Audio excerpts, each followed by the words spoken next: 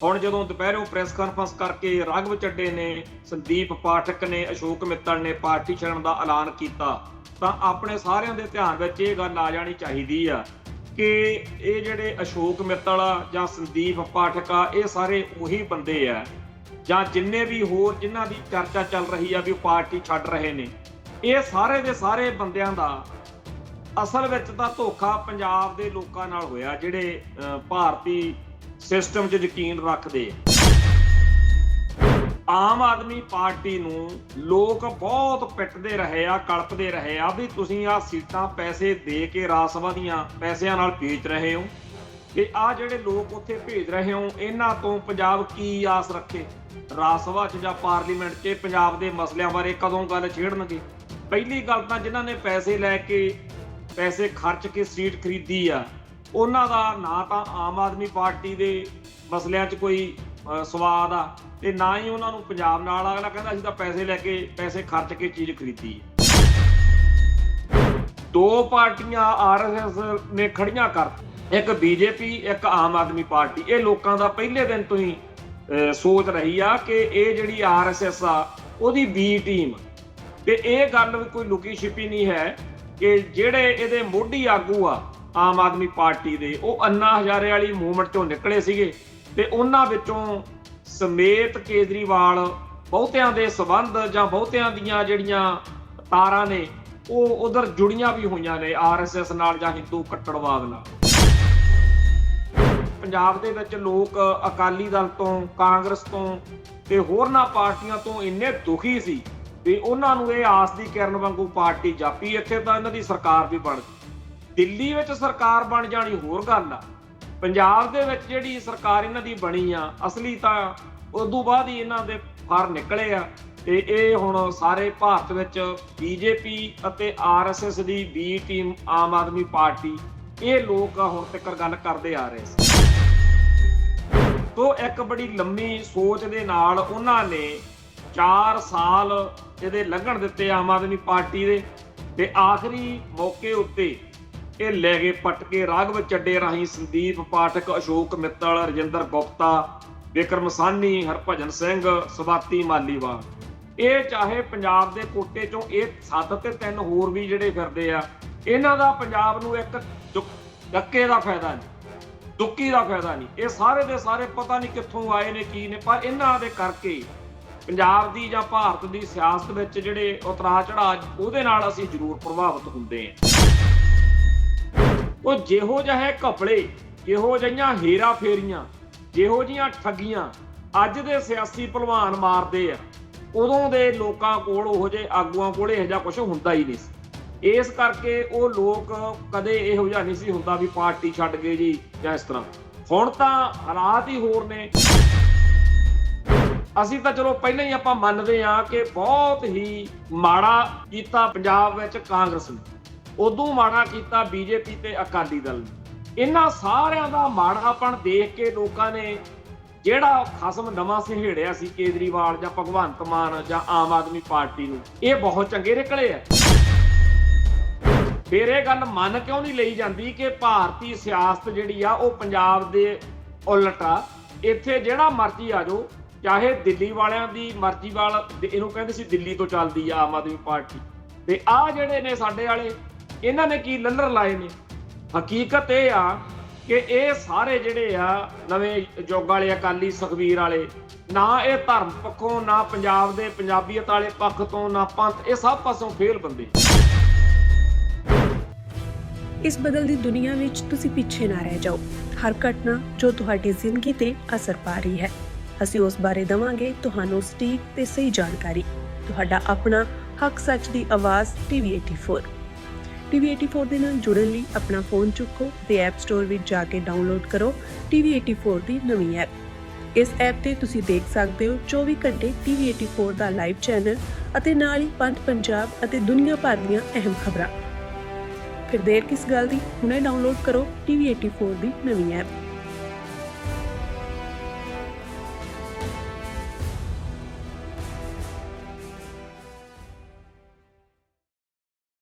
TV84 ਉੱਤੇ programme ਖਬਰ ਦੀ ਖਬਰ ਦੇਖ ਰਹੇ ਸਾਰੇ ਦਰਸ਼ਕਾਂ ਨੂੰ ਮੈਂ ਸਰਬਜੀਤ ਸਿੰਘ ਘੁਮਾਣ ਫਤਿਹ ਅਰਜ ਕਰਦਾ ਜੀ। ਵਾਹਿਗੁਰੂ ਜੀ ਕਾ ਖਾਲਸਾ, ਵਾਹਿਗੁਰੂ ਜੀ ਕੀ ਫਤਿਹ। ਅੱਜ ਪੰਜਾਬ ਦੀ ਸਿਆਸਤ ਵਿੱਚ ਇੱਕ ਇਹੋ ਜਿਹਾ ਉਬਾਲ ਆਇਆ ਜਿਸ ਤੋਂ ਬਾਅਦ ਲੋਕਾਂ ਨੇ ਇਹ ਅੰਦਾਜ਼ਾ ਲਾਉਣਾ ਸ਼ੁਰੂ ਕਰਤਾ ਕਿ ਸ਼ਾਇਦ ਜਿਹੜੀ ਪੰਜਾਬ ਦੀ ਭਗਵੰਤ ਮਾਨ ਵਾਲੀ ਸਰਕਾਰ ਆ, ਇਹ ਹੁਣ ਵਿੱਚ ਵਿਚਾਲੇ ਵੀ ਤੋੜੀ ਜਾ ਸਕਦੀ ਆ ਤੇ ਇੱਥੇ ਸਮੇਂ ਤੋਂ ਪਹਿਲਾਂ ਚੋਣਾਂ ਜਿਹੜੀਆਂ ਨੇ ਪੰਜਾਬ ਵਿਧਾਨ ਸਭਾ ਦੀਆਂ ਹੋ ਸਕਦੀਆਂ ਨੇ। ਪਿਛਲੇ ਲੰਮੇ ਅਰਸੇ ਤੋਂ ਆਮ ਆਦਮੀ ਪਾਰਟੀ ਦੀ ਲੀਡਰਸ਼ਿਪ ਨੇ ਆਪਰੇਸ਼ਨ ਲੋਟਸ ਦਾ ਜ਼ਿਕਰ ਕਰ ਕਰਕੇ ਬਾਰ-ਬਾਰ ਇਹ ਗੱਲ ਕਹੀ ਹੈ ਕਿ ਭਾਰਤੀ ਜਨਤਾ ਪਾਰਟੀ ਸਾਡੀ ਪਾਰਟੀ ਦੇ ਆਗੂਆਂ ਨੂੰ ਤੋੜ ਕੇ ਬੀਜੇਪੀ 'ਚ ਸ਼ਾਮਲ ਕਰਵਾਉਣਾ ਚਾਹੁੰਦੀ ਹੈ, ਜਿਹਦੇ ਤਹਿਤ ਲੋਕਾਂ ਤੇ ਛਾਪੇਮਾਰੀ ਹੋ ਰਹੀ ਆ, ਲੋਕਾਂ ਨੂੰ ਡਰਾਇਆ ਜਾ ਰਿਹਾ, ਲੋਕਾਂ ਨੂੰ ਧਮਕਾਇਆ ਜਾ ਰਿਹਾ। ਹਰ ਵਾਰੀ ਇਹਨਾਂ ਦਾਅਵਿਆਂ ਦਾ ਮਜ਼ਾਕ ਬਣਦਾ ਰਿਹਾ, ਹਰੇਕ ਵਾਰ ਲੋਕ ਖਿੱਲੀ ਉਡਾਉਣ ਤੱਕ ਜਾਂਦੇ ਰਹੇ। ਪਰ ਅੱਜ ਇਸ ਗੱਲ ਦੇ ਵੱਲ ਇੱਕ ਬੜੀ ਵੱਡੀ ਜਿਹੜੀ ਆ ਛਾਲ ਵੱਜੀ ਦੇਖ ਰਹੇ ਆ। ਪਹਿਲਾਂ ਪਿਛਲੇ ਦਿਨੀ ਇਹਨਾਂ ਨੇ ਰਾਘਵ ਚੱਡੇ ਨੂੰ ਆਪ ਹੀ ਪਾਰਟੀ ਦੀਆਂ ਗਤੀਵਿਧੀਆਂ ਤੋਂ ਵੱਖ ਕੀਤਾ ਸੀ ਕਿ ਜੀ ਇਹ ਬੀਜੇਪੀ ਦੀ ਬੋਲੀ ਬੋਲਦਾ। ਉਦੋਂ ਬਾਅਦ ਵਿੱਚ ਇਹ ਚਰਚਾ ਅੰਦਰੋਂ ਅੰਦਰ ਧੁਖ ਰਹੀ ਸੀ ਕਿ ਕੋਈ ਵੱਡੀ ਕਹਾਣੀ ਵਾਪਰ ਸਕਦੀ ਆ। ਪਰ ਅੱਜ ਤਿੰਨ ਜਿਹੜੇ ਵੱਡੇ ਇਹਨਾਂ ਦੇ ਰਾਜ ਸਭਾ ਮੈਂਬਰ ਨੇ, ਉਹਨਾਂ ਨੇ ਪਾਰਟੀ ਛੱਡਣ ਦਾ ਪ੍ਰੈਸ ਵਿੱਚ ਐਲਾਨ ਕਰਨ ਦੇ ਨਾਲ, ਬੀਜੇਪੀ ਜੁਆਇਨ ਕਰਨ ਦਾ ਐਲਾਨ ਕਰਨ ਦੇ ਨਾਲ ਇਹ ਕਹਿ ਕੇ ਆਮ ਆਦਮੀ ਪਾਰਟੀ ਲਈ ਬਹੁਤ ਵੱਡੀ ਵਿਪਤਾ ਖੜੀ ਕਰਤੀ ਕਿ ਸਾਡੇ ਨਾਲ 7 ਜਣੇ, ਅਸੀਂ ਕੁੱਲ 7-8 ਜਣੇ ਆ, ਜਾਣੀ ਕਿ 8 ਜਣਿਆਂ ਦਾ ਜ਼ਿਕਰ ਆ ਰਿਹਾ। 10 ਇਹਨਾਂ ਦੇ ਕੋਲੇ ਰਾਜ ਸਭਾ ਦੇ ਮੈਂਬਰ ਆ, ਜਿਨ੍ਹਾਂ ਵਿੱਚੋਂ 8 ਦੀ ਗੱਲ ਚੱਲ ਰਹੀ ਆ। ਜੇ 8 ਨਾ ਮੰਨੀਏ ਤਾਂ ਘੱਟੋ ਘੱਟ 7 ਬਾਰੇ ਤਾਂ ਸਵੇਰੇ ਉਦੋਂ ਪਹਿਲਾਂ ਹੀ ਜਦੋਂ ਰਾਘਵ ਚੱਡੇ ਹੋਣਾ ਨੇ, ਸੰਦੀਪ ਪਾਠਕ ਤੇ ਅਸ਼ੋਕ ਮਿੱਤਲ ਨੇ ਜਦੋਂ ਪ੍ਰੈਸ ਕਾਨਫਰੰਸ ਕੀਤੀ ਆ, ਪਾਰਟੀ ਛੱਡਣ ਦਾ ਐਲਾਨ ਕੀਤਾ ਹੈ, ਭਾਜਪਾ ਜੁਆਇਨ ਕਰਨ ਦੀ ਗੱਲ ਕੀਤੀ ਹੈ, ਉਦੋਂ ਪਹਿਲਾਂ ਸਵੇਰੋਂ ਹੀ ਬਲਤੇਜ ਪੰਨੂ ਤੇ ਮੀਤ ਹੇਅਰ ਹੋਣਾ ਨੇ, ਆਮ ਆਦਮੀ ਪਾਰਟੀ ਦੇ ਆਗੂਆਂ ਨੇ ਪਹਿਲਾਂ ਹੀ ਸਵੇਰੇ ਰੌਲਾ ਪਾਤਾ ਸੀਗਾ ਵੀ 7 ਮੈਂਬਰ ਸਾਡੇ ਅਮਿਤ ਸ਼ਾਹ ਲੈ ਚੱਲੇ ਆ ਪੱਟ ਕੇ। ਤੇ ਉਹਨਾਂ ਨੇ ਤਾਂ ਜਿਹੜੀ ਆਪਦੇ ਤਰੀਕੇ ਨਾਲ ਗੱਲ ਕਹਿਣੀ ਸੀ ਕਹੀ ਆ ਵੀ ਰਾਘਵ ਚੱਡੇ ਨੂੰ ਉਹਨਾਂ ਨੇ ਇਹ ਲਾਰਾ ਲਾਇਆ ਵਾ ਮੋਦੀ ਹੋਣਾ ਨੇ ਵੀ ਜੇਕਰ ਤੂੰ ਵੱਡੀ ਕੋਈ ਮਿਨਿਸਟਰੀ ਲੈਣੀ ਚਾਹੁੰਦਾ ਸਾਡੀ ਮੋਦੀ ਸਰਕਾਰ 'ਚ ਤਾਂ ਤੂੰ 7 ਘੱਟੋ ਘੱਟ ਰਾਜ ਸਭਾ ਮੈਂਬਰ ਪੱਟ ਕੇ ਲੈ ਕੇ ਆ।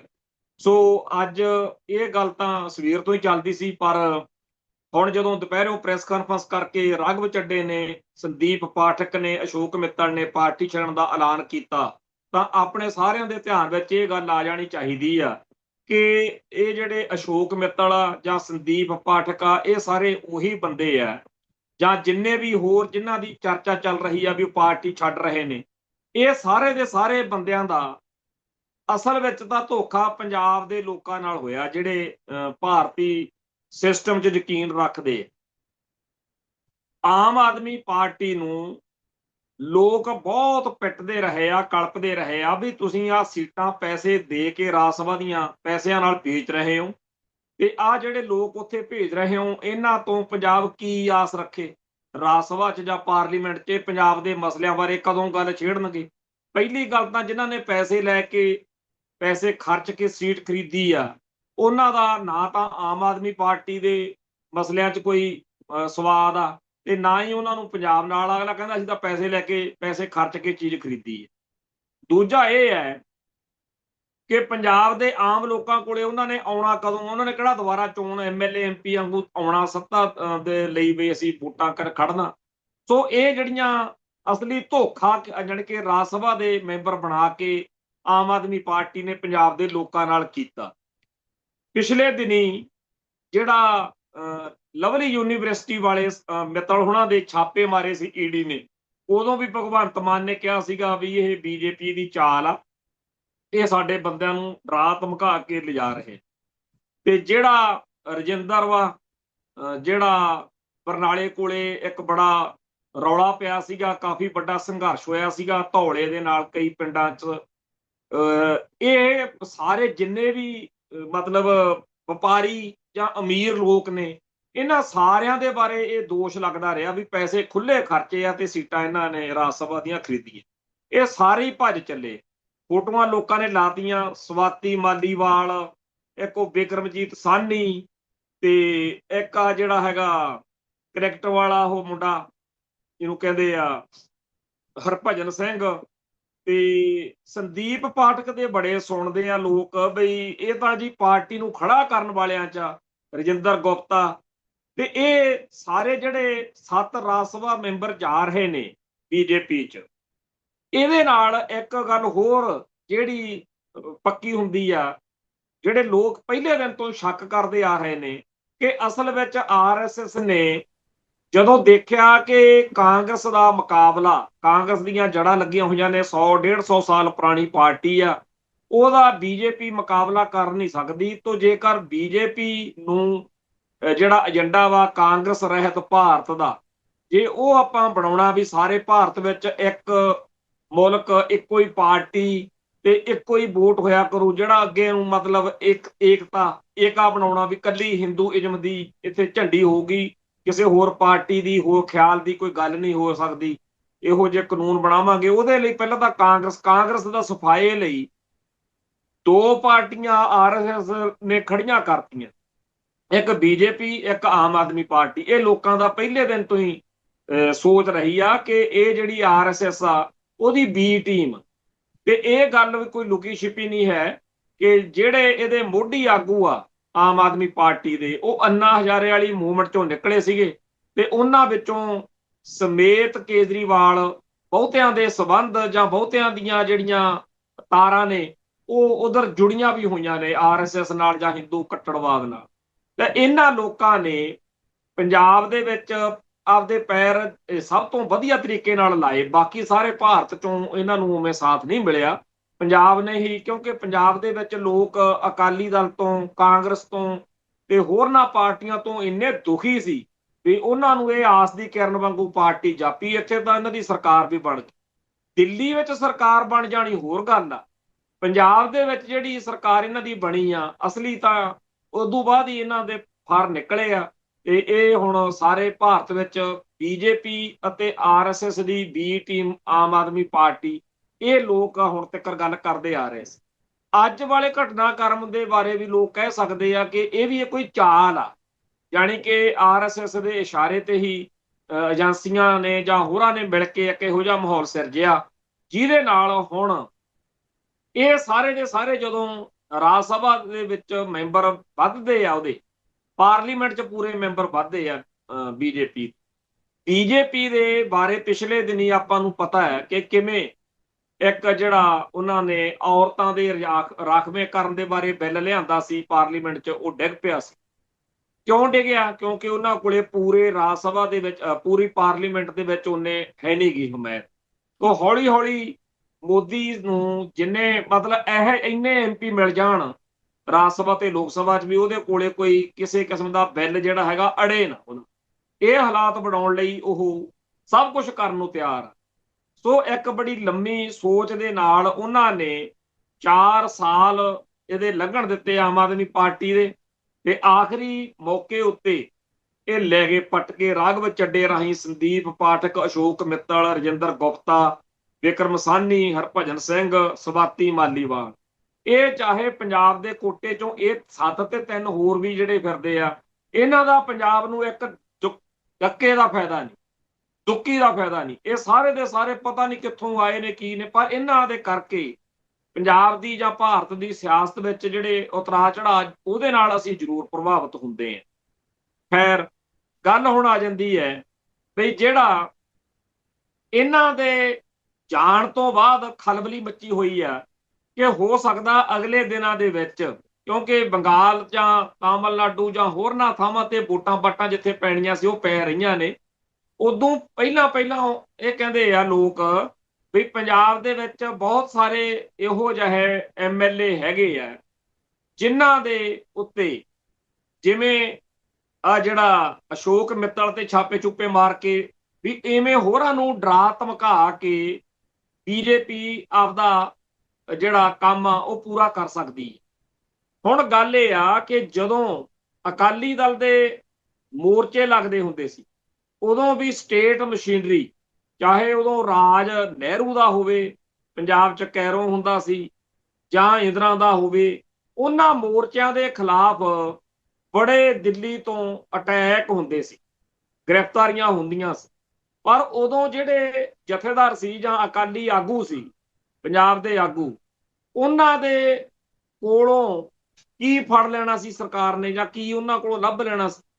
ਉਹ ਜਿਹੋ ਜਿਹੇ ਘਪਲੇ, ਜਿਹੋ ਜਿਹੀਆਂ ਹੇਰਾ ਫੇਰੀਆਂ, ਜਿਹੋ ਜਿਹੀਆਂ ਠੱਗੀਆਂ ਅੱਜ ਦੇ ਸਿਆਸੀ ਭਲਵਾਨ ਮਾਰਦੇ ਆ, ਉਦੋਂ ਦੇ ਲੋਕਾਂ ਕੋਲ, ਉਹੋ ਜਿਹੇ ਆਗੂਆਂ ਕੋਲ ਇਹੋ ਜਿਹਾ ਕੁਝ ਹੁੰਦਾ ਹੀ ਨਹੀਂ ਸੀ। ਇਸ ਕਰਕੇ ਉਹ ਲੋਕ ਕਦੇ ਇਹੋ ਜਿਹਾ ਨਹੀਂ ਸੀ ਹੁੰਦਾ ਵੀ ਪਾਰਟੀ ਛੱਡ ਗਏ ਜੀ ਜਾਂ ਇਸ ਤਰ੍ਹਾਂ। ਹੁਣ ਤਾਂ ਹਾਲਾਤ ਹੀ ਹੋਰ ਨੇ। ਜਿਹੜੀ ਬੀਜੇਪੀ ਸਿਆਸਤ ਲੈ ਆਈ ਆ, ਉਹਦੇ ਵਿੱਚ ਨੈਤਿਕਤਾ ਨੂਤਿਕਤਾ ਦਾ ਕੰਮ ਹੀ ਨਹੀਂ। ਪਿੱਛੇ ਜੇ ਇੱਕ ਇਹੋ ਜਿਹਾ ਬੰਦਾ ਵੀ ਸੀ ਜਿਹਨੂੰ ਇੱਕ ਦਿਨ ਪਹਿਲਾਂ ਪੂਰੇ ਭਾਰਤ ਵਿੱਚ ਪੂਰਾ ਮੀਡੀਆ, ਇਹ ਸਰਕਾਰ ਦੇ ਵੱਡੇ ਚਿਹਰੇ, ਗ੍ਰਹਿ ਮੰਤਰੀ, ਰੱਖਿਆ ਮੰਤਰੀ ਤੇ ਸਾਰੇ ਪਿੱਟਣ ਲੱਗੇ ਸੀ ਵੀ ਬਹੁਤ ਕਰਪਟ ਆ ਜੀ। ਦੂਜੇ ਦਿਨ ਉਹ ਬੀਜੇਪੀ 'ਚ ਸ਼ਾਮਲ ਹੋ ਗਿਆ, ਬਸ ਫਿਰ ਵਾਸ਼ਿੰਗ ਪਾਊਡਰ ਨਿਰਮਾ ਵਾਂਗੂ ਧੋ ਕੇ ਉਹਨੂੰ ਅਗਲੇ ਦਿਨ ਹੀ ਵੱਡਾ ਚਿਹਰਾ ਬਣਾਤਾ। ਇਹੋ ਜਿਹਾ ਇੱਕ ਨਹੀਂ, ਘੱਟੋ ਘੱਟ ਇਸ ਵੇਲੇ ਤੱਕ 300 ਵੱਡੇ ਲੀਡਰ ਨੇ ਸਾਰੇ ਭਾਰਤ 'ਚ, ਜਿਨ੍ਹਾਂ ਨੇ ਬੀਜੇਪੀ ਨੂੰ ਮੱਥਾ ਟੇਕਿਆ ਤੇ ਆਪਦੇ ਜਿਹੜੇ ਦਾਗ ਸੀਗੇ ਉਹ ਸਾਫ਼ ਕਰ ਲਏ। ਹੁਣ ਉਹਨਾਂ ਨੂੰ ਕੋਈ ਸ਼ਰਮ ਹੈ ਨਹੀਂ, ਉਹ ਆਪਦੀ ਪਾਰਟੀ ਬੀਜੇਪੀ ਮੰਨਦੇ ਆ ਤੇ ਉੱਥੇ ਨਜ਼ਾਰੇ ਲੈਂਦੇ। ਜਿਨ੍ਹਾਂ ਲੋਕਾਂ ਨੇ ਉਹਦੇ ਮਗਰ ਲਾ ਕੇ ਵੋਟਾਂ ਪਾਈਆਂ ਜਾਂ ਜਿਨ੍ਹਾਂ ਨੇ ਯਕੀਨ ਕੀਤਾ ਸੀ, ਉਹ ਮਾਰਦੇ ਫਿਰਦੇ ਆ ਕੰਧਾਂ 'ਚ ਟੱਕਰਾਂ। ਇਵੇਂ ਹੀ ਹੁਣ ਪੰਜਾਬ ਵਾਲੇ ਪਾਸੇ ਆ ਜਾਓ। ਅਸੀਂ ਤਾਂ ਚਲੋ ਪਹਿਲਾਂ ਹੀ ਆਪਾਂ ਮੰਨਦੇ ਆ ਕਿ ਬਹੁਤ ਹੀ ਮਾੜਾ ਕੀਤਾ ਪੰਜਾਬ ਨੇ, ਪੰਜਾਬ ਵਿੱਚ ਕਾਂਗਰਸ ਨੇ, ਉਦੋਂ ਮਾੜਾ ਕੀਤਾ ਬੀਜੇਪੀ ਤੇ ਅਕਾਲੀ ਦਲ ਨੇ। ਇਹਨਾਂ ਸਾਰਿਆਂ ਦਾ ਮਾੜਾਪਣ ਦੇਖ ਕੇ ਲੋਕਾਂ ਨੇ ਜਿਹੜਾ ਖਸਮ ਨਵਾਂ ਸਹੇੜਿਆ ਸੀ, ਕੇਜਰੀਵਾਲ ਜਾਂ ਭਗਵੰਤ ਮਾਨ ਜਾਂ ਆਮ ਆਦਮੀ ਪਾਰਟੀ ਨੂੰ, ਇਹ ਬਹੁਤ ਚੰਗੇ ਨਿਕਲੇ ਆ। ਫਿਰ ਇਹ ਗੱਲ ਮੰਨ ਕਿਉਂ ਨਹੀਂ ਲਈ ਜਾਂਦੀ ਕਿ ਭਾਰਤੀ ਸਿਆਸਤ ਜਿਹੜੀ ਆ ਉਹ ਪੰਜਾਬ ਦੇ ਉਲਟ ਆ। ਇੱਥੇ ਜਿਹੜਾ ਮਰਜ਼ੀ ਆ ਜਾਓ, ਚਾਹੇ ਦਿੱਲੀ ਵਾਲਿਆਂ ਦੀ ਮਰਜ਼ੀ ਵਾਲਾ, ਇਹਨੂੰ ਕਹਿੰਦੇ ਸੀ ਦਿੱਲੀ ਤੋਂ ਚੱਲਦੀ ਆ ਆਮ ਆਦਮੀ ਪਾਰਟੀ, ਤੇ ਆਹ ਜਿਹੜੇ ਨੇ ਸਾਡੇ ਵਾਲੇ, ਇਹਨਾਂ ਨੇ ਕੀ ਲੱਲਰ ਲਾਏ ਨੇ। ਹਕੀਕਤ ਇਹ ਆ ਕਿ ਇਹ ਸਾਰੇ ਜਿਹੜੇ ਆ ਨਵੇਂ ਯੁੱਗ ਵਾਲੇ ਅਕਾਲੀ ਸੁਖਬੀਰ ਵਾਲੇ, ਨਾ ਇਹ ਧਰਮ ਪੱਖੋਂ, ਨਾ ਪੰਜਾਬ ਦੇ ਪੰਜਾਬੀਅਤ ਵਾਲੇ ਪੱਖ ਤੋਂ, ਨਾ ਪੰਥ, ਇਹ ਸਭ ਪਾਸੋਂ ਫੇਲ ਬੰਦੇ। ਇਹਨਾਂ ਦੇ ਜਿਵੇਂ ਦਬਕੇ ਉਹ ਮਾਰਦੇ ਆ ਨਾ, ਛਾਪੇਮਾਰੀ ਕਰਦੇ ਆ ਤੇ ਲੇਰਾਂ ਪੈਂਦੀਆਂ ਨੇ ਦਿੱਲੀ ਵਾਲੇ ਜਦੋਂ ਰੇਡ ਮਾਰਦੇ ਆ, ਉਵੇਂ ਜਦੋਂ ਸੁਖਬੀਰ ਬਾਦਲ ਵਰਗਿਆਂ ਦੇ ਰੇਡਾਂ ਪੈਣੀਆਂ, ਉਦੋਂ ਇਹਨਾਂ ਨੇ ਵੀ ਇਹੀ ਕੁਝ ਕਰਨਾ। ਐਵੇਂ ਨਾ ਐਵੇਂ ਆਸ ਲਾ ਕੇ ਬਹਿਜੋ ਵੀ ਇਹ ਬੜੇ ਖੰਨੇ, ਇਹ ਇਹੋ ਜਿਹੇ ਆ ਸਾਰੇ।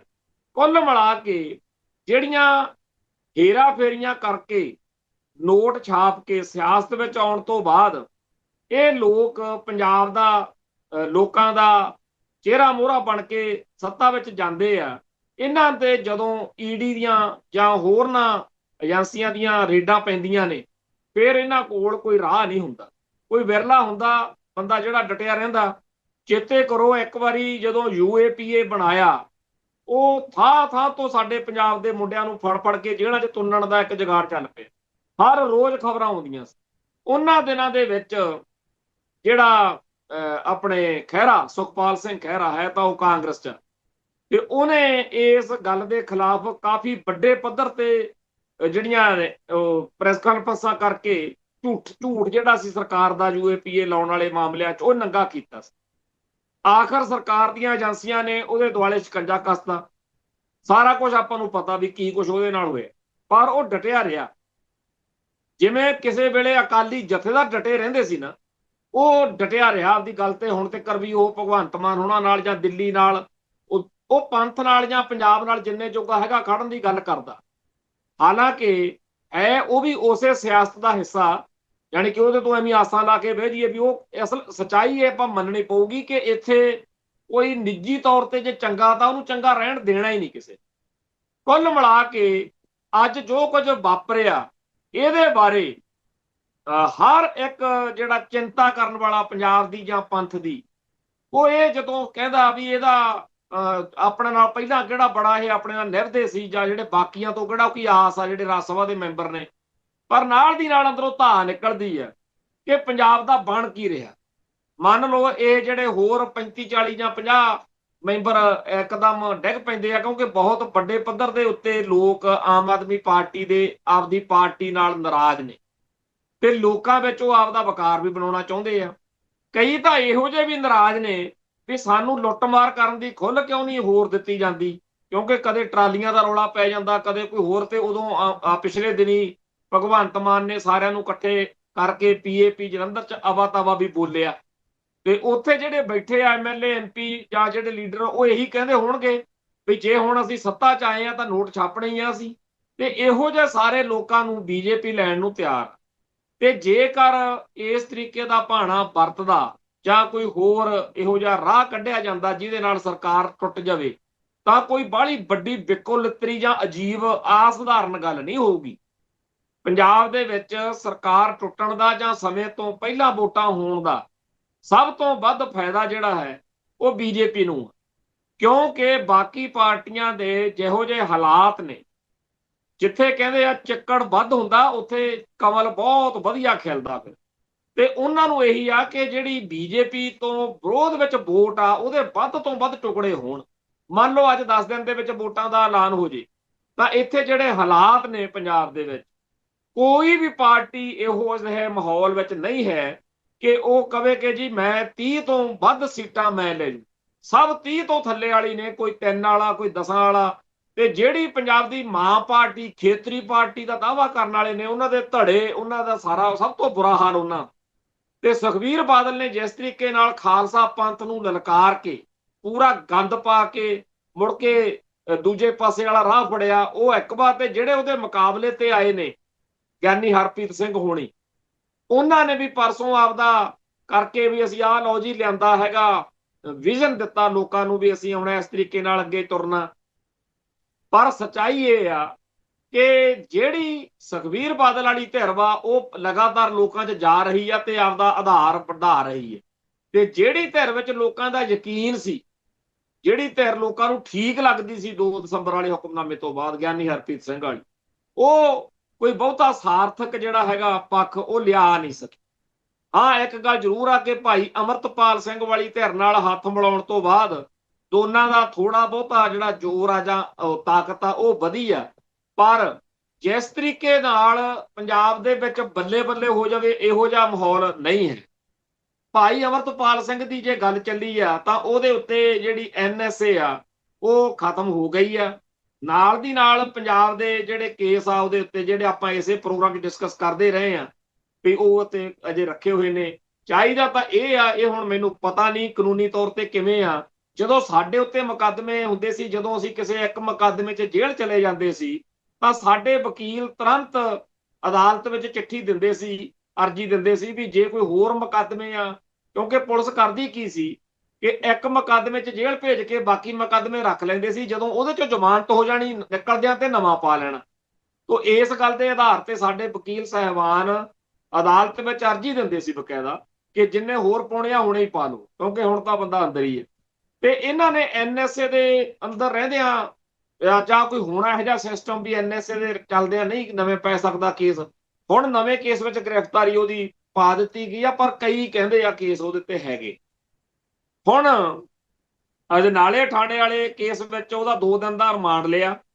ਪੁਲਿਸ ਪਾਰਟੀ ਗਈ ਅਜਨਾਲੇ ਤੋਂ, ਅੰਮ੍ਰਿਤਸਰ ਤੋਂ, ਉੱਥੇ ਹੀ ਰਹੂਗੀ ਡਿਬਰੂਗੜ੍ਹ, ਉੱਥੇ ਕਿਸੇ ਥਾਣੇ 'ਚ ਰੱਖ ਕੇ 2 ਦਿਨ ਦਾ ਰਿਮਾਂਡ ਜਿਹੜਾ ਲਿਆ ਉਹ ਭੁਗਤਾ ਕੇ ਹੋਰ ਰਿਮਾਂਡ ਵੀ ਮੰਗਣਗੇ।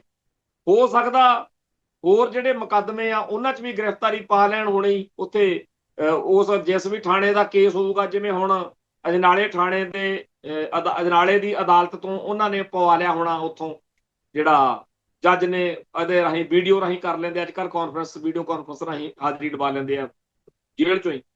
ਤੇ ਇਵੇਂ ਹੀ ਹੋ ਸਕਦਾ ਬਾਕੀਆਂ ਦੇ। ਪਰ ਇਹ ਗੱਲ ਵਕੀਲਾਂ ਨੂੰ ਕਰਨੀ ਪਊਗੀ ਕਿ ਭਾਈ ਅਮਰਤਪਾਲ ਸਿੰਘ ਉੱਤੇ ਜਿੰਨੇ ਮੁਕੱਦਮੇ ਆ ਜੀ ਸਾਰੇ ਹੁਣ ਦੱਸੋ ਕਿਹੜੇ ਆ, ਫਿਰ ਇਹਨਾਂ 'ਚੋਂ ਜ਼ਮਾਨਤਾਂ ਲੱਗਣਗੀਆਂ। ਤੇ ਇਹ ਸਾਰੇ ਮੁਕੱਦਮੇ ਕੋਈ ਇਸ ਨੋਈਅਤ ਦੇ ਤਾਂ ਹੈ ਨਹੀਂ ਕਿ ਬਹੁਤ ਵੱਡੇ ਪੱਧਰ ਤੇ ਆ, ਇਹ ਤਾਂ ਐਵੇਂ ਹਊਆ ਬਣਾਇਆ ਹੋਇਆ। ਤੇ ਇਹਨਾਂ 'ਚੋਂ ਜ਼ਮਾਨਤਾਂ ਹੋਣ ਤੋਂ ਬਾਅਦ ਉਹ ਬਾਹਰ ਵੀ ਆ ਸਕਦਾ। ਤੇ ਭਾਈ ਅਮਰਤਪਾਲ ਸਿੰਘ ਦੇ ਆਉਣ ਤੋਂ ਬਾਅਦ ਪੰਜਾਬ ਦੀ ਸਿਆਸਤ ਵਿੱਚ ਜਿਹੜੀ ਸਿਆਸਤ ਸਰਦਾਰ ਸਿਮਰਜੀਤ ਸਿੰਘ ਮਾਨ ਕਰ ਰਹੇ ਨੇ, ਉਸ ਤਰ੍ਹਾਂ ਦੀ ਸਿਆਸਤ ਵਿੱਚ ਇੱਕ ਹੋਰ ਜਿਹੜਾ ਨਵਾਂ ਚਿਹਰਾ ਉਹ ਹਾਜ਼ਰ ਹੋ ਜੂ। ਤੇ ਪਹਿਲਾਂ ਸਰਦਾਰ ਸਿਮਰਜੀਤ ਸਿੰਘ ਮਾਨ ਇਸ ਫੀਲਡ ਵਿੱਚ ਜਿਸ ਤਰੀਕੇ ਨਾਲ ਸਰਗਰਮ ਨੇ, ਉਹਨਾਂ ਨੂੰ ਇੱਕ ਕੰਪੀਟੀਸ਼ਨ ਵੀ ਮਿਲੂ। ਕਿਉਂਕਿ ਆਪਾਂ ਨੂੰ ਪਤਾ ਪਿਛਲੀ ਵਾਰ ਲੁਧਿਆਣੇ ਐਮਪੀ ਚੋਣ ਜਦੋਂ ਸੀ, ਉਧਰੋਂ ਤਾਂ ਖਾੜਕੂ ਸੰਘਰਸ਼ ਵਿੱਚ ਵਿਚਰਦੇ ਰਹੇ ਭਾਈ ਰਛਪਾਲ ਸਿੰਘ ਛੰਦੜੇ ਦਾ ਬੇਟਾ, ਤੇ ਇਧਰੋਂ ਭਾਈ ਅਮਰਤਪਾਲ ਸਿੰਘ ਵਾਲੀ ਧਿਰ ਨੇ ਹਮਾਇਤ ਦਿੱਤੀ ਸੀ ਉਹ ਜਿਹੜਾ ਕਾਂਗਰਸੀ ਲੀਡਰ ਵਾ, ਪਰ ਉਹਦਾ ਪਿਓ ਤਾਂ ਤੇ ਉਹ ਆਪ ਵੀ ਕਾਂਗਰਸ 'ਚ ਰਿਹਾ ਉਹ ਮੁੰਡਾ, ਉਹਦਾ ਬਰਾੜ, ਕਮਲਦੀਪ ਸਿੰਘ ਬਰਾੜ ਤੋਂ ਲੁਧਿਆਣੇ ਤੋਂ ਇਹਨਾਂ ਨੇ ਇਵੇਂ ਕਈ ਸੀਟਾਂ ਤੇ ਇਹਨਾਂ ਦਾ ਆਪਸ ਵਿੱਚ ਹੀ ਅੜਿੰਗ ਫੜਿੰਗ ਵੀ ਰਹੇ। ਸੋ ਅਗਲੀਆਂ ਚੋਣਾਂ ਮੌਕੇ ਜਿਹੜਾ ਹੈ ਚਾਹੀਦਾ ਤਾਂ ਇਹ ਆ ਵੀ ਇਹ ਜਿਹੜੀਆਂ ਧਿਰਾਂ ਨੇ ਪੰਥਕ ਜਾਂ ਖਾਲਿਸਤਾਨੀ ਜਾਂ ਕੌਮ ਪ੍ਰਸਤ ਕਹਾਉਂਦੇ ਆ ਇਹ ਇਕੱਠੀਆਂ ਹੋ ਜਾਣ, ਪਰ ਇਹਨਾਂ ਦਾ ਹਿਸਾਬ ਕਿਤਾਬ ਇਹੋ ਜਿਹਾ ਹੀ ਹੁੰਦਾ ਤੇ ਇਹਨਾਂ ਦਾ ਆਪਸ ਵਿੱਚ ਹੀ ਇਕੱਠ ਕਰਨ ਨਾਲੋਂ ਇਕੱਠ ਨਾ ਹੋਣ ਵਾਲੀਆਂ ਗੱਲਾਂ ਜ਼ਿਆਦਾ ਨੇ। ਪਿਛਲੇ ਦਿਨੀ ਸ਼ਹੀਦ ਬੇਅੰਤ ਸਿੰਘ ਦੇ ਪੁੱਤਰ ਸਰਬਜੀਤ ਸਿੰਘ ਨੇ ਤਾਂ ਸਗਾਂ ਤੇ ਇਹੋ ਜਿਹੇ ਬਿਆਨ ਦਿੱਤੇ। ਇੱਕ ਬਿਆਨ ਉਹਦਾ ਭਾਈ ਅਮਰਤਪਾਲ ਸਿੰਘ ਹੁਣਾਂ ਵਾਲੀ ਧਿਰ ਦੇ ਖਿਲਾਫ ਜਾਂਦਾ ਸੀ ਕਿ ਮੈਂ ਤਾਂ ਜੀ ਆਪਦੇ ਕਰਕੇ ਜਿੱਤਿਆ, ਮੇਰੇ ਪਿਓ ਦੀ ਜਾਂ ਸਾਡੇ ਪਰਿਵਾਰ ਦੀ ਕੁਰਬਾਨੀ ਕਰਕੇ, ਮੈਨੂੰ ਭਾਈ ਅਮਰਤਪਾਲ ਸਿੰਘ ਦਾ ਕੋਈ ਲਾਹਾ ਨਹੀਂ। ਇਹ ਗੱਲ ਉਹਨੇ ਕਹੀ ਜਿਹੜੀ ਕਿ ਠੀਕ ਨਹੀਂ ਹੈ। ਆਪਾਂ ਨੂੰ ਪਤਾ ਕਿ ਭਾਈ ਅਮਰਤਪਾਲ ਸਿੰਘ ਦਾ ਹੀ ਲਾਹਾ ਉਹਨੂੰ ਮਿਲੇ। ਦੂਜਾ ਉਹਨੇ ਬਿਆਨ ਫੇਰ ਇੱਕ ਉਹੋ ਜਿਹਾ ਹੀ ਦੇ ਛੱਡਿਆ ਕਿ ਜੇ ਸਾਡੀ ਪਾਰਟੀ ਨੇ ਸਰਦਾਰ ਸਿਮਰਨਜੀਤ ਸਿੰਘ ਮਾਨ ਵਾਲੀ ਪਾਰਟੀ ਨਾਲ ਕੋਈ ਸੰਬੰਧ ਸੰਪਰਕ ਬਣਾਇਆ ਤਾਂ ਮੈਂ ਨਹੀਂ ਉਹ 'ਚ ਜਾਂਦਾ। ਇਹ ਵੀ ਗੱਲ ਉਹਦੀ ਕੋਈ ਸਿਆਸੀ ਪੱਖੋਂ ਮਚਿਓਰ ਨਹੀਂ। ਭਾਈ ਜੇ ਭਾਰਤੀ ਸਿਆਸਤ ਇਹਦੇ ਵਿੱਚ ਜਾਣਾ ਤਾਂ ਤੁਸੀਂ ਦੇਖੋ ਬਾਦਲ ਜਦੋਂ ਚੱਲਦਾ ਹੈ ਤਾਂ ਉਹ ਸਭ ਤਰ੍ਹਾਂ ਦੇ ਲੰਡੂ ਲਾਟ ਨੂੰ ਇਕੱਠੇ ਕਰਕੇ ਜਿਹੜਾ ਉਹਦੇ ਕੰਮ ਦਾ ਉਹਨੂੰ ਉਹ ਲਈ ਰੱਖਦਾ ਨਾਲ। ਮੁੱਖ ਮੰਤਰੀ ਉਹ ਆਪ ਹੀ ਬਣਦਾ, ਵੱਡੀਆਂ ਜਿਹੜੀਆਂ ਪੋਸਟਾਂ ਨੇ ਜਾਂ ਸੱਤਾ 'ਚ ਵੱਡਾ ਹਿੱਸਾ ਉਹ ਆਪਦੇ ਪਰਿਵਾਰਕ ਮੈਂਬਰਾਂ ਨੂੰ ਹੀ ਦਿੰਦਾ, ਰਿਸ਼ਤੇਦਾਰਾਂ ਨੂੰ।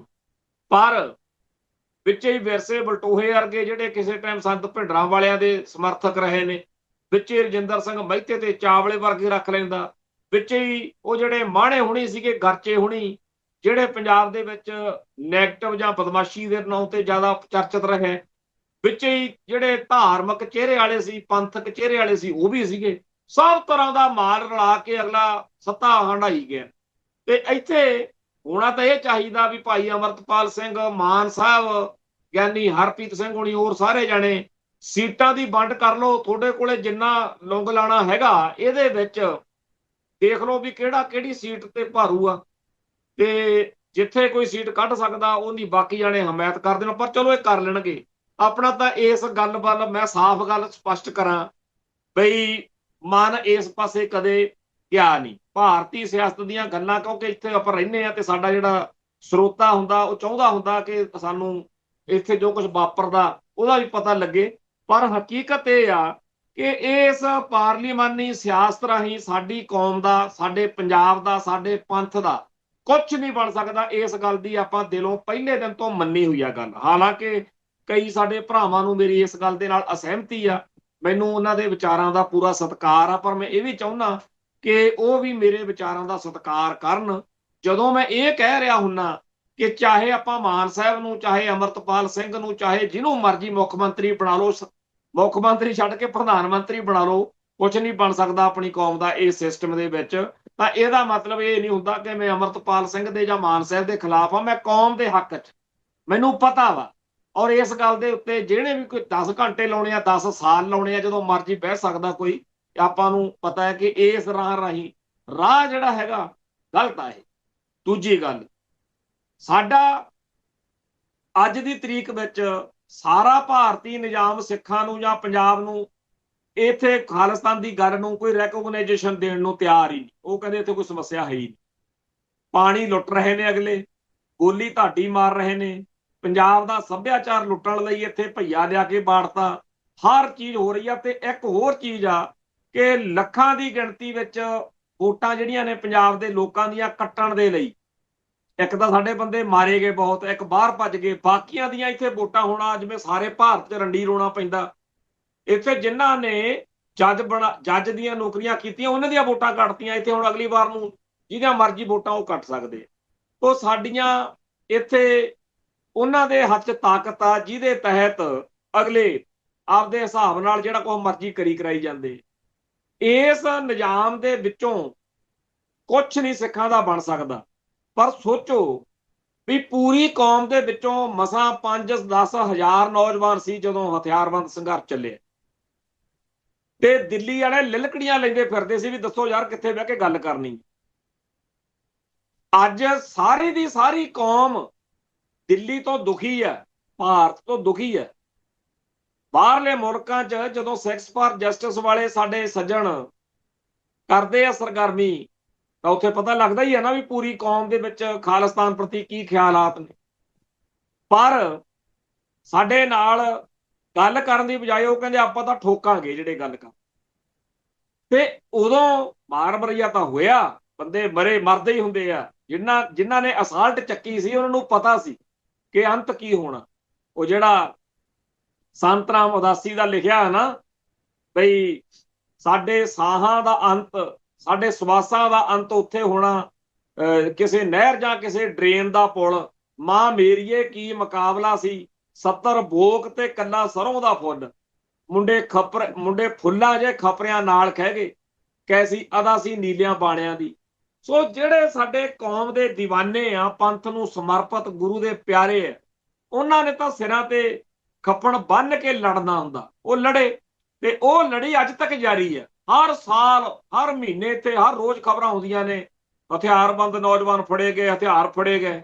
ਇਹ ਠੀਕ ਆ ਕਿ ਅੱਜ ਦੇ ਦੌਰ ਵਿੱਚ ਨੌਜਵਾਨਾਂ ਕੋਲ ਉਹੋ ਜਿਹੀ ਪਲੈਨਿੰਗ, ਉਹੋ ਜਿਹਾ ਕੋਈ ਵੱਡਾ ਮਕਸਦ ਨਿਸ਼ਾਨਾ ਪੂਰਾ ਨਹੀਂ ਕਰ ਹੁੰਦਾ। ਪਰ ਇਹ ਗੱਲ ਤਾਂ ਹੈਗੀ ਆ ਨਾ ਕਿ ਨੌਜਵਾਨ ਅੱਜ ਵੀ ਕੋਈ ਕਸਰ ਨਹੀਂ ਛੱਡ ਰਹੇ। ਹੁਣ ਇੱਕ ਵੇਲਾ ਉਹ ਸੀ ਬਈ ਜਦੋਂ ਕਿਸੇ ਖਾੜਕੂ ਦੀ ਜਾਂ ਖਾਲਿਸਤਾਨੀ ਜੁਝਾਰੂ ਦੀ ਕੋਈ ਖਬਰ ਆਉਂਦੀ ਸੀ, ਉਹ ਸਾਡੇ ਲਈ, ਸਾਡੇ ਕੌਮ ਲਈ ਜ਼ਿਆਦਾ ਤਰਜੀਹ ਹੁੰਦੀ ਸੀ। ਪਿਛਲੇ 5-10 ਸਾਲਾਂ 'ਚ ਸੋਸ਼ਲ ਮੀਡੀਆ ਦੇ ਰਾਹੀਂ ਸਾਡੀ ਕੌਮ ਦੇ ਉਹ ਬੰਦੇ ਜਿਨ੍ਹਾਂ ਦੀ ਖਾੜਕੂ ਲਹਿਰ ਦੌਰਾਨ ਕੋਈ ਪੁੱਛ-ਗਿੱਛ ਨਹੀਂ ਸੀ, ਉਹ ਬੜੇ ਸਿਆਣੇ ਹੋਣਗੇ, ਪਰ ਖਾੜਕੂ ਲਹਿਰ ਦਾ ਸਤਿਕਾਰ ਸੀ ਕਿਉਂਕਿ ਆਮ ਬੰਦੇ ਨੂੰ, ਆਮ ਸਿੱਖ ਨੂੰ ਸਾਫ਼ ਪਤਾ ਸੀ ਕਿ ਇਹ ਜਦੋਂ ਕਾਬੂ ਆ ਗਏ ਇਹਨਾਂ ਨੂੰ ਛੱਡਣਾ ਹੀ ਨਹੀਂ ਸਟੇਟ ਨੇ। ਇਹ ਆ ਜਿਹੜੇ ਨਾਅਰੇ ਮਾਰਨ ਵਾਲੇ ਨੇ, ਇਹਨਾਂ ਨੂੰ ਕੁਝ ਕਹਿਣਾ ਹੀ ਨਹੀਂ। ਇੱਕ ਉਹ ਖਾਲਿਸਤਾਨੀ ਆ ਜਿਹਦੀ ਗਰੰਟੀ ਆ ਕਿ ਜਦੋਂ ਕਾਬੂ ਆ ਗਿਆ ਇਹਨੂੰ ਤਾਂ ਕੀ, ਇਹਦੇ ਟੱਬਰ ਨੂੰ ਵੀ ਨਹੀਂ ਛੱਡਣਾ, ਸਭ ਮਾਰ ਦੇਣੇ, ਟੱਬਰਾਂ ਦੇ ਟੱਬਰ ਮਾਰ ਦੇਣੇ। ਤੇ ਇੱਕ ਉਹ ਆ ਜਿਹਦੀ ਗਰੰਟੀ ਆ ਬਈ ਥੋੜਾ ਬਹੁਤਾ ਕਸ਼ਟ, 5-7 ਸਾਲ ਜੇਲ੍ਹ ਜੂਲ ਤਾਂ ਹੋ ਜੂ, ਪਰ ਆਊਗਾ ਆਰਾਮ ਨਾਲ ਘਰੇ ਹੀ, ਤੇ ਆ ਕੇ ਸੱਤਾ ਜਾਂ ਕਿਸੇ ਹੋਰ ਚੀਜ਼ ਦਾ ਨਜ਼ਾਰਾ ਵੀ ਲੂ।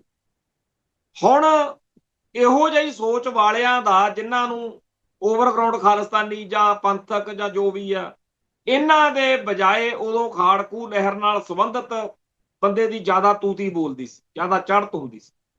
ਉਹਨਾਂ ਦਾ ਇਸ ਸੰਘਰਸ਼ ਤੋਂ ਬਾਅਦ ਵਿੱਚ ਇੱਕ ਨਵਾਂ ਰੂਪ ਦੇਖਿਆ। ਜਿਹੜੇ ਲੋਕ ਖਾੜਕੂ ਲਹਿਰ ਵਾਲੇ ਦਿਨਾਂ 'ਚ ਪਤਾ ਨਹੀਂ ਉਦੋਂ ਕਿਵੇਂ ਇਹਨਾਂ ਨੇ ਵਕਤ ਕੱਢਿਆ ਹੋਣਾ, ਤੇ ਹੁਣ ਫਿਰ ਪਿਛਲੇ 5-7 ਸਾਲ ਤੋਂ ਸੋਸ਼ਲ ਮੀਡੀਆ ਮਿਲ ਗਿਆ, ਇਹਦੇ ਰਾਹੀਂ ਰੱਜ ਕੇ ਭੜਾਸ ਕੱਢੀ। ਖਾੜਕੂ ਲਹਿਰ ਦੀਆਂ 1-2 ਗੱਲਾਂ ਮਿਲ ਗਈਆਂ, ਗਲਤੀਆਂ ਤਾਂ ਹੋਣਗੀਆਂ। ਜਿਹੜਾ ਕੰਮ ਕਰੂ, ਗਲਤੀ ਬੰਦਾ ਉਹਦੇ ਤੋਂ ਨਹੀਂ ਹੁੰਦੀ ਜਿਹੜਾ ਕੰਮ ਕਰਦਾ ਹੀ ਨਹੀਂ। ਜਿਹੜਾ ਮੈਂ ਇੱਥੇ ਹੁਣ ਬੋਲਦਾ 40 ਮਿੰਟ ਰੋਜ਼ ਆਪਾਂ ਗੱਲ ਕਰਦੇ ਹਾਂ, ਜੇ ਮੈਂ ਕੁਝ ਬੋਲੂਗਾ ਤਾਂ ਮੇਰੇ ਤੋਂ ਕੋਈ ਨਾ ਕੋਈ ਗਲਤ ਬਿਆਨੀ ਵੀ ਹੋਊਗੀ। ਜੇ ਮੈਂ ਬੋਲਾਂ ਹੀ ਨਾ ਤਾਂ ਮੇਰੇ ਤੋਂ ਕੀ ਗਲਤੀ ਹੋਣੀ ਆ। ਇਵੇਂ ਹੀ ਜਿਹੜੇ ਸਾਡੇ ਵੀਰਾਂ ਨੇ 1978 ਤੋਂ ਚੱਲੇ ਸੰਘਰਸ਼ ਵਿੱਚ ਕੌਮ ਦੀ ਸੇਵਾ ਕੀਤੀ, ਉਹਨਾਂ ਤੋਂ ਕਈ ਥਾਵਾਂ ਤੇ ਗਲਤੀਆਂ ਹੋ ਗਈਆਂ ਹੋਣਗੀਆਂ, ਜਾਂ ਹੋ ਸਕਦਾ ਉਹਨਾਂ ਨੂੰ ਉਹ ਗੱਲ ਠੀਕ ਲੱਗਦੀ ਹੋਵੇ, ਉਹਦੇ ਨਤੀਜੇ ਗਲਤ ਨਿਕਲ ਜਾਣ। ਜਿਵੇਂ ਆਪਾਂ ਕਾਰ 'ਚ ਜਾਂਦੇ ਆ ਤੇ ਆਪਾਂ ਸੋਚਦੇ ਆ ਵੀ ਯਾਰ ਇੱਧਰ ਤਾਂ ਕੰਮ ਖਰਾਬ ਆ ਤੇ ਆਹ ਰਾਹ ਪਾ ਲਈਏ, ਉਧਰ ਵੀ ਅੱਧਾ ਕਿਲੋਮੀਟਰ ਬਾਅਦ ਜਾ ਕੇ ਪਤਾ ਲੱਗੇ ਵੀ ਇਹ ਵੀ ਰਾਹ ਬੰਦ ਆ। ਤੇ ਜੇ ਬਾਅਦ 'ਚ ਕੋਈ ਕਵੇ ਓਹੋ ਤੁਸੀਂ ਤਾਂ ਕਮਲੇ ਹੋ, ਭਾਈ ਕਮਲੇ ਤਾਂ ਅਸੀਂ ਹੈਗੇ ਹੀ ਆ ਫਿਰ। ਪਰ ਸੱਚਾਈ ਇਹ ਆ ਕਿ ਤੁਰਨ ਵੇਲੇ ਥੋੜੀ ਪਤਾ ਸੀ ਵੀ ਗਾਂ ਇੱਥੇ ਆਹ ਪ੍ਰੋਬਲਮ ਆ ਸਕਦੀ ਹੈ। ਤੋ ਜਿਹੜੀ ਤੁਰਦਾ ਕੋਈ, ਉਹ ਤੋਂ ਗਲਤੀਆਂ ਹੋਣਗੀਆਂ। ਤੇ ਇਸ ਲਈ ਸਿਆਣਾ ਉਹੀ ਆ ਜਿਹਨੇ ਕੋਈ ਕੰਮ ਨਹੀਂ ਕੀਤਾ। ਤੇ ਉਹ ਸਿਆਣੇ ਜਿਨ੍ਹਾਂ ਨੇ ਉਦੋਂ ਅਸਾਲਟ ਨੂੰ ਹੱਥ ਨਹੀਂ ਪਾਇਆ, ਜਿਨ੍ਹਾਂ ਨੇ ਘਰੇ ਬਹਿ ਕੇ ਮੌਜਾਂ ਲੁੱਟੀਆਂ, ਉਹ ਹੁਣ ਕਹਿੰਦੇ ਆ ਅਸੀਂ ਵੀ ਉਦੋਂ ਸਰਗਰਮ ਸੀ। ਤੇ ਉਹਨਾਂ ਨੇ ਇੱਕ ਲਾਣਾ ਤਿਆਰ ਕਰ ਲਿਆ ਜਿਨ੍ਹਾਂ ਦਾ ਕੰਮ ਆ ਸਿੱਖ ਸੰਘਰਸ਼ ਨੂੰ, ਖਾੜਕੂ ਲਹਿਰ ਨਾਲ ਸੰਬੰਧਿਤ ਬੰਦਿਆਂ ਨੂੰ ਗਾਲਾਂ ਕੱਢੀ ਜਾਓ, ਭੰਡੀ ਜਾਓ, ਨਿੰਦੀ ਜਾਓ। ਉਹਦੇ ਨੈਗੇਟਿਵ ਅਸਰ ਇਹ ਪਏ ਕਿ ਅੱਜ ਬਹੁਤ ਸਾਰੇ ਮੁੰਡੇ ਜਿਨ੍ਹਾਂ ਦੀ ਉਮਰ ਬਹੁਤ ਛੋਟੀ ਆ, ਉਹ ਖਾੜਕੂ ਸੰਘਰਸ਼ ਦੇ ਖਿਲਾਫ ਲਿਖਣ ਬੋਲਣ ਲੱਗਿਆ ਸਕਿੰਟ ਲਾਉਂਦੇ ਆ। ਉਹਨੂੰ ਪਤਾ ਹੀ ਨਹੀਂ ਵਿਚਾਰੇ ਤੇ ਤਰਸ ਆਉਂਦਾ। ਹੁਣ ਜਦੋਂ ਕਿਤੇ ਮਰਗ ਠਰਕ, ਖੁਸ਼ੀ ਗਮੀ ਇਸ ਖਾੜਕੂ ਜੱਦੋ ਜਹਿਦ ਤੋਂ ਬਚੇ ਹੋਏ ਨੌਜਵਾਨ ਵੀਰਾਂ, ਜਿਹੜੇ ਸਾਡੇ ਭਰਾ ਵੱਡੇ ਛੋਟੇ, ਉਹਨਾਂ ਨੂੰ ਕਦੇ ਮਿਲੀ ਦਾ, ਉਹ ਜਦੋਂ ਗੱਲਾਂ ਕਰੀ ਦੀਆਂ ਉਹ ਹੱਸ ਛੱਡਦੇ ਆ। ਉਹ ਕਹਿੰਦੇ ਘਮਾਣ ਸੱਚੇ ਪਾਤਸ਼ਾਹ ਨੇ ਜੋ ਸੇਵਾ ਲੈਣੀ ਸੀ ਲੈ ਲਈ, ਇਹ ਜਵਾਕਾਂ ਨੂੰ ਵਿਚਾਰਿਆਂ ਨੂੰ ਪਤਾ ਨਹੀਂ। ਤੇ ਜਿਨ੍ਹਾਂ ਨੇ ਇਹਨਾਂ ਨੂੰ ਭੜਕਾਉਣਾ ਸ਼ੁਰੂ ਕੀਤਾ ਹੋਇਆ ਉਹਨਾਂ ਨੂੰ ਚਾਹ ਲਾ ਲੈਣ ਦਿਓ ਤੇ ਬਣਨਾ ਬਣਾਉਣਾ ਤਾਂ ਉਹ ਆ ਜੋ ਸੱਚੇ ਪਾਤਸ਼ਾਹ ਨੂੰ ਭਾਉਣਾ। ਐਵੇਂ ਦਿਲ ਦੁਖੀ ਨਾ ਕਰਿਆ ਕਰ। ਪਰ ਮੈਂ ਇਹ ਗੱਲ ਕੌਮ ਦੇ ਨਾਲ ਸਾਂਝੀ ਕਰਨੀ ਚਾਹੁੰਦਾ ਕਿ ਇੱਕ ਬੰਦੇ ਉਹ ਨੇ ਅੱਜ ਵੀ ਜਿਹੜੇ ਕੌਮ ਲਈ ਜੇਲ੍ਹਾਂ 'ਚ ਬੈਠੇ ਆ, ਉਹਨਾਂ ਦਾ ਤਾਂ ਸਾਨੂੰ ਚੇਤਾ ਹੀ ਨਹੀਂ ਆਉਂਦਾ। ਮੈਂ ਅੱਜ ਨਾਂ ਲੈਣਾ, ਚਲੋ ਜੱਗੀ ਜੌਹਲ। ਜੱਗੀ ਜੌਹਲ ਦੇ ਨਾਲ ਦੇ ਜਿਹੜੇ 5 ਜਾਂ 7 ਜਾਂ 10 ਕੋਈ ਨਾਂ ਲੈ ਸਕਦਾ ਵੀ ਹੋਰ ਕਿਹੜੇ ਕਿਹੜੇ ਆ ਤਿਹਾੜ ਜੇਲ੍ਹ 'ਚ। ਉਹਦੇ ਤਾਂ ਕੇਸ ਵਾਰ ਬੱਗੇ ਤੇ ਸ਼ੇਰੇ ਦਾ ਵੀ ਕਿਸੇ ਨੂੰ ਨਾਂ ਲੈ ਤੇ ਚੇਤਾ ਆਉਂਦਾ ਵੀ ਹਾਂ ਯਾਰ ਉਹ ਵੀ ਜੇਲ੍ਹ 'ਚ। ਅਮਰਤਪਾਲ ਸਾਰਿਆਂ ਨੂੰ ਚੇਤੇ ਹੈ। ਹੁਣ ਬੱਗੇ ਤੇ ਸ਼ੇਰੇ ਨੇ ਆਪਦੇ ਮਗਰ 500-700 ਇਕੱਠਾ ਕੀਤਾ ਹੁੰਦਾ ਵੀ ਤੁਸੀਂ ਬਾਅਦ 'ਚ ਜਿੰਦਾਬਾਦ ਮੁਰਦਾਬਾਦ ਕਰਨੀ ਆ ਫਿਰ ਭਾਈ ਉਹ। ਪਰ ਅੰਡਰਗਰਾਉਂਡ ਮੂਵਮੈਂਟ ਦੇ ਜਿਹੜੇ ਐਕਸ਼ਨ ਹੁੰਦੇ ਆ ਉਹਦੇ 'ਚ ਤਾਂ ਬੰਦਾ ਗੁਪਤ ਰੱਖਦਾ ਆਪਦੇ ਕੰਮ ਨੂੰ। ਮੈਂ ਜਦੋਂ NIA ਦੀ ਹਿਰਾਸਤ ਵਿੱਚ ਸੀ, ਪੁੱਛਗਿੱਛ ਲਈ ਸੀ, ਉੱਥੇ ਇੱਕ ਅਫਸਰ ਨੇ ਮੈਨੂੰ ਗੱਲ ਦੱਸੀ, ਉਹ ਬੜੀ ਕਮਾਲ ਦੀ ਗੱਲ ਸੀ। ਉਹ ਕਹਿੰਦਾ ਜਿਹੜਾ ਲੁਧਿਆਣੇ ਜਲੰਧਰ ਜੋਧੜ ਬਸਤੀ ਵਾਲੇ ਪਾਸੇ ਰਾਹੋਂ ਰੋਡ ਤੇ ਬਈ ਮੈਂ ਗੱਲ ਦੱਸਦਾ ਬਈ ਜਿਹੜਾ ਰਮਨਦੀਪ ਸਿੰਘ ਬੱਗਾ, ਇਹਦੇ ਮੁਤਾਬਕ ਗੱਲ ਉਹਨੇ ਦੱਸੀ। ਉਹ ਕਹਿੰਦਾ ਬਈ ਉਹਨੂੰ ਕਿਤੇ ਬਾਈਕ ਤੇ ਮੋਟਰਸਾਈਕਲ ਤੇ ਆਉਂਦੇ ਨੂੰ ਰਾਹ 'ਚ ਕੋਈ ਗੜਬੜ ਹੋ ਗਈ ਤੇ ਕਿਸੇ ਮਹੱਲੇ ਦੇ ਮੁੰਡਿਆਂ ਨਾਲ ਟਕਰਾਅ ਹੋ ਗਿਆ ਤੇ ਉੱਥੇ ਹੋਰ ਇਕੱਠੇ ਹੋ ਗਏ ਤੇ ਲੋਕਾਂ ਨੇ ਉਹਦੇ ਨਾਲ ਬਦਸਲੂਕੀ ਕੀਤੀ ਤੇ ਉਹਦੇ ਮਹੱਲੇ ਦੇ ਕਿਸੇ ਮੁੰਡੇ ਨੇ ਦੇਖ ਲਿਆ, ਆ ਕੇ ਦੱਸਿਆ ਵੀ ਆਪਣੇ ਮਹੱਲੇ ਦਾ ਮੁੰਡਾ ਬੱਗਾ। ਉੱਥੇ ਲੋਕਾਂ ਨੇ ਉਹ ਕਾਫੀ ਸਾਰੇ ਜਾਣੇ ਇਕੱਠੇ ਹੋ ਕੇ ਚਲੇ ਗਏ ਤੇ ਉੱਥੇ ਝਗੜਾ ਬਹਿਸ ਹੋਣ ਲੱਗ ਗਈ। ਥਾਣੇ ਚੱਲੋ ਵਾਲੀ ਗੱਲ ਹੋ ਗਈ ਵੀ ਤੁਸੀਂ ਜੀ ਇਹਨੂੰ ਮੁੰਡੇ ਨੂੰ ਨਜਾਇਜ਼ ਮਾਰਿਆ। ਪਰ ਜਦੋਂ ਤੁਰ ਪਏ ਤਾਂ ਉਹ ਬੱਗਾ ਕਹਿੰਦਾ ਚਲੋ ਛੱਡੋ ਯਾਰ, ਬਹੁਤ ਹੋ ਗਿਆ ਵੀ ਹੁਣ ਇਹਨਾਂ ਦੀ ਗਲਤੀ ਹੈ ਜਾਂ ਮੇਰੀ ਗਲਤੀ ਹੈ, ਆਪਾਂ ਇੱਥੇ ਨਿਬੇੜੋ, ਛੱਡੋ ਪਰਾਂ, ਜਾਣਾ ਨਹੀਂ ਥਾਣੇ। ਉਹ ਕਹਿੰਦਾ ਜਿਹੜੇ ਆਏ ਸੀ ਉਹਦੀ ਹਮਾਇਤ 'ਚ, ਉਹ ਕਹਿੰਦੇ ਯਾਰ ਤੂੰ ਚੰਗਾ ਬੰਦਾ ਸੀ, ਤੇਰੀ ਕਰਕੇ ਆਏ ਸੀ, ਚਲੋ ਗੱਲ ਨਿਬੜ ਗਈ। ਪਰ ਉਹ ਜਿਹੜਾ ਅਸ਼ੋਕ ਸੀਗਾ DSP, ਮੈਨੂੰ ਉਹ ਕਹਿੰਦਾ ਵੀ ਅਸਲ ਵਿੱਚ ਇਹ ਗੱਲ ਤਾਂ ਸੀ, ਉਹ ਥਾਣੇ ਜਾਣ ਤੋਂ ਬਚਣਾ ਚਾਹੁੰਦਾ ਸੀ ਵੀ ਇਹ ਤਾਂ ਗੱਲ ਨਿਕੰਮੀ ਜੀ ਆ ਜਿਹਦੇ 'ਚ ਇੱਥੇ ਲੜਾਈ ਹੋ ਪਈ, ਚਲੋ ਹੋ ਜਾਂਦੀਆਂ ਨੇ। ਪਰ ਉਹ ਜਿਹੜੇ ਐਕਸ਼ਨਾਂ 'ਚ ਪਿਆ ਹੋਇਆ ਸੀ ਉਹਦਾ ਉਹਨੂੰ ਮਨ 'ਚ ਸੀ ਵੀ ਕਿਤੇ ਉਧਰ ਨੂੰ ਕੋਈ ਹੋਰ ਹੀ ਨਾ ਕਹਾਣੀ ਨਵੀਂ ਪੁਲਿਸ ਦੀ ਕੋਈ ਤੁਰ ਪਵੇ। ਉਸ ਮੌਕੇ ਤੱਕ ਜਿਹੜੀਆਂ 6 ਵਾਰਦਾਤਾਂ ਹੋਈਆਂ ਨੇ ਪੰਜਾਬ 'ਚ ਗਗਨੇਜੇ ਹੋਣੇ ਵਾਲੀਆਂ, ਜਿਹੜੀਆਂ ਜੱਗੀ ਜੌਹਲ ਉਹਨਾਂ ਦੇ ਚੈਪਟਰ 'ਚ ਪੈਂਦੀਆਂ ਨੇ, ਵੀ ਉਸ ਵਿੱਚੋਂ 2 ਵਾਰਦਾਤਾਂ, 2 ਕਤਲ ਉਹ ਕਰ ਚੁੱਕੇ ਸੀ ਤੇ ਉਹ 4 ਉਦੋਂ ਬਾਅਦ 'ਚ ਹੋਏ। ਤੇ ਉਹਦਾ ਇਹੋ ਜਿਹਾ ਦਿਮਾਗ ਸੀ। ਹੁਣ ਖਾੜਕੂ ਤਾਂ ਹੁੰਦਾ ਹੀ ਉਹ ਆ ਜਿਹੜਾ ਜਦੋਂ ਫੜਿਆ ਜਾਵੇ ਉਦੋਂ ਪੁਲਿਸ ਨੂੰ ਇਹ ਕਹਿੰਦਾ ਵੀ ਮੈਂ ਤਾਂ ਇਕੱਲਾ ਹੀ ਹਾਂ। ਜਿਹੜਾ ਓਵਰਗਰਾਊਂਡ ਆ ਉਹ ਲਲਕਾਰੇ ਮਾਰਦਾ, ਸਵੇਰੇ ਦੇਖਿਓ ਇੱਥੇ 200 ਬੰਦਾ ਆਊਗਾ ਥਾਣੇ ਨੂੰ, ਘਰਾਓ ਕਰੂ ਤੁਹਾਡਾ, ਮੈਂ ਦੇਖ ਲੂ ਤੂੰ। ਉਹ ਖਾੜਕੂ ਲਹਿਰ ਵਾਲੇ ਯੋਧੇ ਜਿਨ੍ਹਾਂ ਦੀ ਗਰੰਟੀ ਆ ਕਿ ਉਹਨਾਂ ਦੇ ਉੱਤੇ ਬੇਅੰਤ ਤਸ਼ੱਦਦ ਹੋਣਾ, ਉਹਨਾਂ ਦੀ ਆਪਾਂ ਗੱਲ ਨਹੀਂ ਕਰਨੀ। ਚੱਡੇ ਜਿਨ੍ਹਾਂ ਦੇ ਪਾੜੇ ਜਾਣੇ ਆ, ਜਿਨ੍ਹਾਂ ਨੂੰ ਬੋਟੀ ਕਰ ਦੇਣੀ, ਕਾਹਦੇ ਲਈ? ਉਤੋਂ ਵੀ ਮੂੰਗੀ ਵੇਚਦੇ ਫੜੇ ਗਏ ਨੇ, ਕੌਮ ਲਈ ਲੜਦੇ ਆ ਜੀ ਉਹ। ਆ ਸਾਡੇ ਗਰੁੱਪ ਦੇ ਉੱਤੇ ਸੀ ਵੀ 25 ਕਿਲੋ RDX ਫੜੀ ਗਈ, ਸਰਸੇ ਵਾਲੇ ਨੂੰ, ਭਨਿਆਰੇ ਵਾਲੇ ਨੂੰ, ਜਾਂ ਜਿਹਨੂੰ ਵੀ ਠੋਕਣ ਲਈ ਉਹ ਮੁੰਡਿਆਂ ਨੇ ਕੀਤਾ, ਫੜੇ ਗਏ।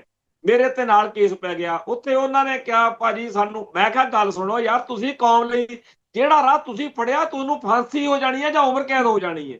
ਮੈਨੂੰ 5-7 ਸਾਲ ਬਾਅਦ ਰਿਹਾ ਹੋ ਜੂ, ਮੈਨੂੰ ਕੋਈ ਮਤਲਬ ਨਹੀਂ।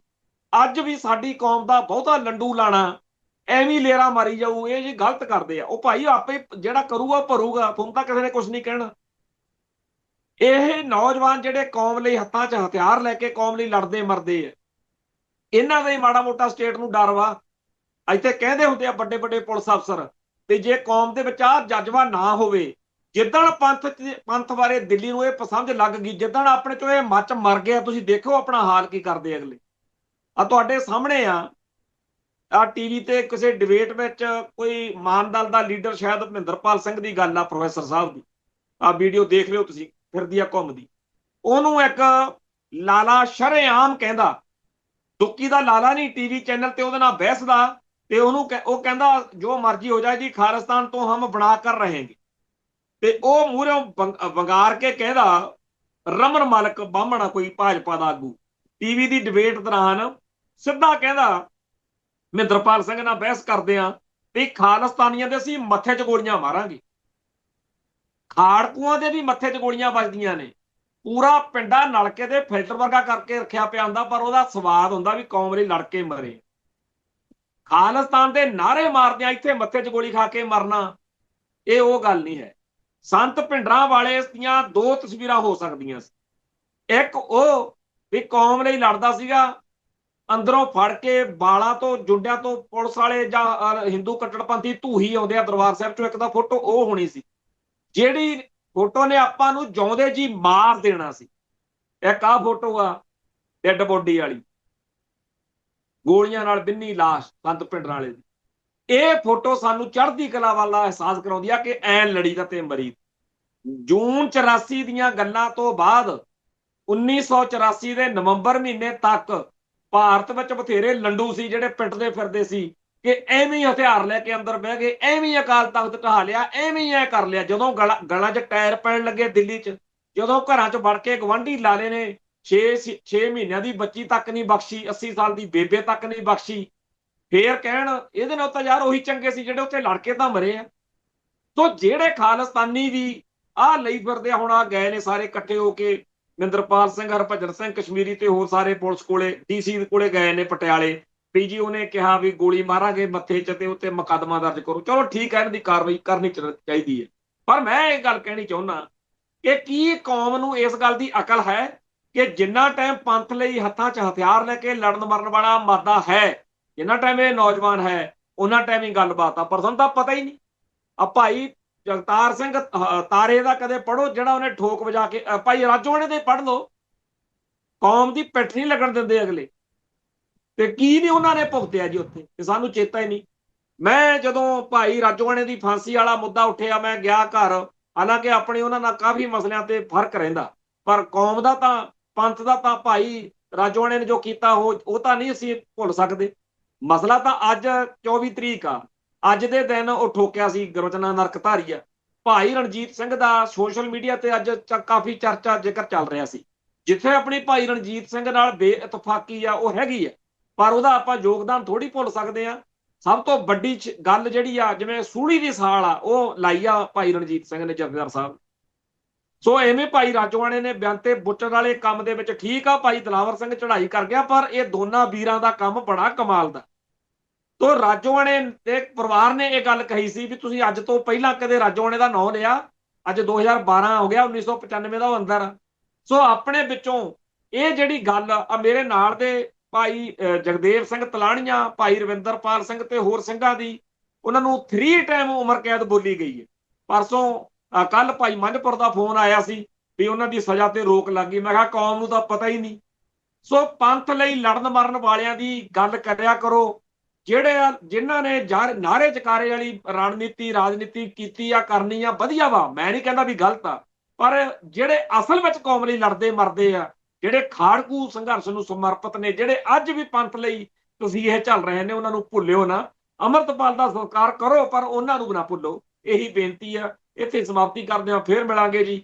ਨਾਨਕ ਨਾਮ ਚੜ੍ਹਦੀ ਕਲਾ, ਤੇਰੇ ਭਾਣੇ ਸਰਬੱਤ ਦਾ ਭਲਾ। ਵਾਹਿਗੁਰੂ ਜੀ ਕਾ ਖਾਲਸਾ, ਵਾਹਿਗੁਰੂ ਜੀ ਕੀ ਫਤਿਹ।